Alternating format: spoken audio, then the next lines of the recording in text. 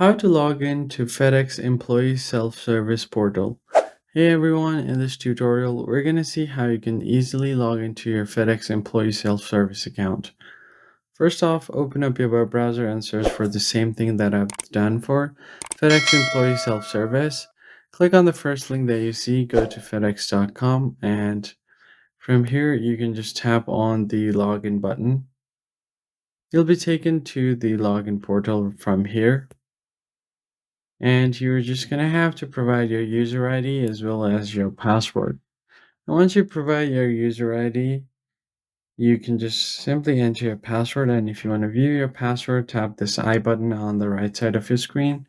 And if you want the browser to remember your username, tap on remember my user ID and then simply log in. And if all of your details are correct, you should be able to log in without any problems.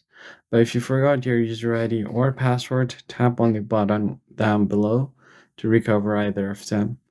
That is basically it, guys. If you found the tutorial helpful, hit the like button down below and subscribe. And I catch you guys in the next one.